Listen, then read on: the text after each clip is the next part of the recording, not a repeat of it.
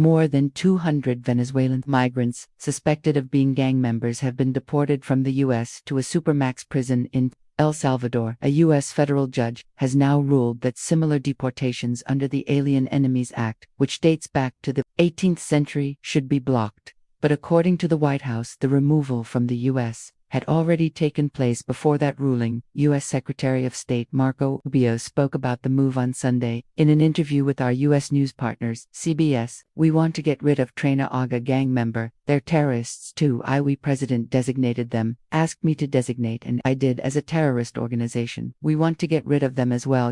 We don't want terrorists in America. I don't know how hard that is to understand. We want pay. We don't want people in our country that are going to be committing crimes and undermining our national security or the public safety. It's that simple." Marco Rubio there. Let's speak now to Joe Perez from BBC Mundo. Good to see you. What do we know about who these migrants or gang members, depending on who you're talking to, who they actually are, Jay? Well, these are migrants that has been accused by the authorities in the United States of allegedly being members of the TRAWA. It's a Venezuelan gang organization that was formed in a Cecot prison in Venezuela.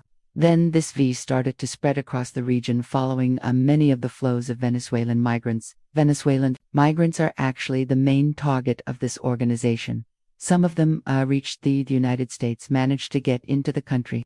And now the U.S. government is not only considering this organization a terrorist organization, but it's also targeting some of its members, deporting them to El Salvador after an agreement they reach with that government. But the questions for some human rights groups is whether the due process was correctly made during this deportation process. Joe, why is El Salvador taking them? Well, El Salvador is the government of President Boo, and Nabu has been launching a campaign of targeting criminals within El Salvador. Then they build this prison known as Cecot in English. That would mean something like Terrorism Confinement Center. And they have been targeting and arresting and getting into prison some gang members from El Salvador. After this, they reach an agreement with the United States to jail some gang or suspicious gang members arrested in the United States and then deported to El Salvador. The U.S. and El Salvador reached disagreement during a visit of State Secretary Marco Rubio,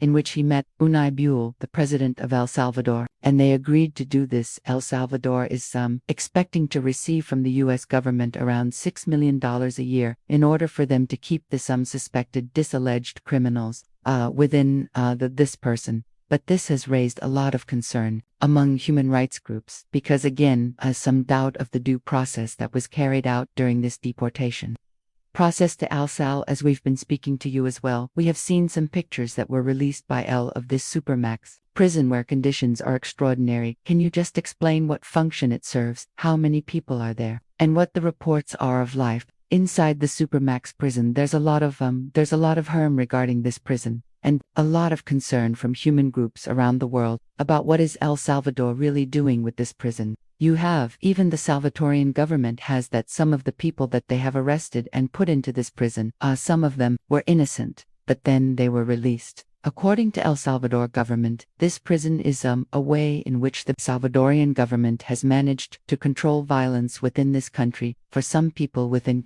El Salvador, it has been a successful strategy since the criminality and the activity of gang members have actually reduced, and this one of the main flagships of the Salvadorian government of NBU. But on the other hand, there are a lot of questions from human rights groups whether how's the treatment from the 30s to these people. It is said, for example, that they have to spend 23 hours and 30 minutes a day within a cell, with a lot of other people in the same cell.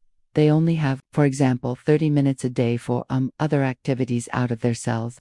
And it's the way the government has responded to the violence in the country. But it now seems to be something that has attracted the attention of the U.S. government, trying to find an all-light in this region in Latin America, where they can actually deport some of the people they are accusing of being criminals or gang members. And Joe, what about the role of Venezuela in this, and this massive gang that's obviously spread from outside Venezuela if it's found so many of its people now in the U.S.? What do we know about the gang? The gang is known as Traga in English, means train of Raga, and it took the name from a union in the countryside in Venezuela that was building a railroad in the country in the past. years. Then they started to function within a prison in Venezuela. These were people that were convicted, were sent to a prison years ago. And then they started to form a gang from that prison. From that prison, they started to operate first, targeting people that was within the prison. So they were basically a gang that was extorting or asking for money within the prison. But then they started to expand their operations to the towns run this prison. And they managed to expand those of operation throughout Venezuela. What happened after is after. 2013, Venezuela went through a horrible economic and social crisis, which made millions of Venezuelans to leave the country. There are right now about 8 million Venezuelans living abroad. These gangs started to follow the route and the path, the flows of these Venezuelan migrants, and they were targeting the migrants. Then they started to become a sort of multinational, international ERG organization operating in countries like Colombia, Chile, Peru, and after all, they even managed to cross to the United States. According to the U.S. authorities, they have got some of the members of these guns over there. Oh, great to talk to you. Thanks so much for joining us.